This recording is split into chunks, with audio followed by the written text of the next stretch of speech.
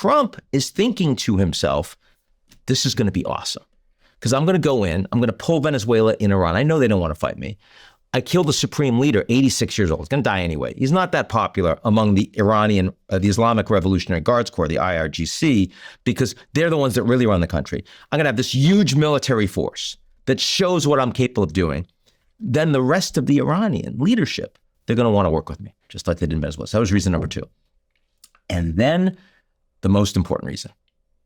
The most important reason is that unlike Trump's first term, where he had people around him that were patriotic first and foremost to the country, and when they had disagreements with Trump, they let him know.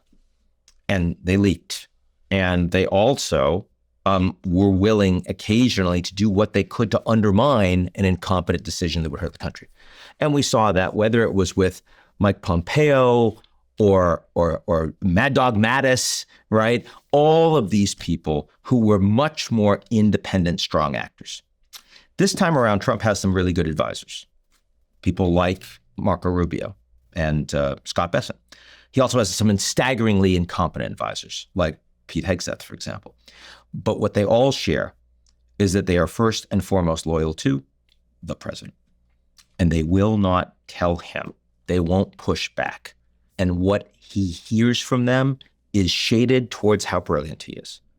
And that makes him think that he will be more successful even when the military thinks this is a horrible idea. And we just saw this with the reporting from the head of the Joint Chiefs, Dan Kane, who clearly thinks that this is a really bad idea and understands that the military scenarios are super dangerous and that the Iranians will be able to shut down the strait. And every military in the U.S. for the last 20, 30 years has gamed out how the Iranians could shut down the strait in a major conflict. And Trump hears very little of that. And he's taking away, I'm incredible, I'm confident, I'm going to make this happen. Those are the reasons he went in. And so he thought it would be take out the supreme leader, then they'll negotiate, we'll get a better deal, we'll have a political system there or political leader there that is obedient to us. Yeah, it'll be maybe, it won't be a day, but it's not going to be a month. And what actually happened? That did not happen. What actually happened is the Americans took out, well, the Israelis took out the supreme leader and also took out a lot of the military leadership that the Americans had been speaking to, which is why Trump came out and he said, well, a lot of the guys we're talking to are dead now, so we don't really know who to work with. He said that even if it's true, and it was, you don't want the president saying that, right? He has no filter. Which is one of the more interesting things about this presidency. What happened is the Iranian leadership was taken out.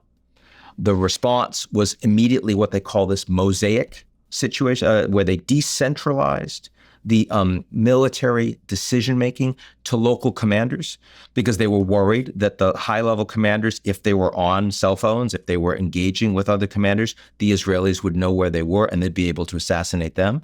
So then suddenly the Iranians were taking shots at Gulf states, at critical infrastructure, and stopping transit from the strait. This is one of the questions I had is, in several interviews that Trump has done, he alludes to the fact that he thinks he's talking to the right people. Do you really believe, I know there was a meeting recently in Pakistan where they sent J.D. Vance in to negotiate with Iran.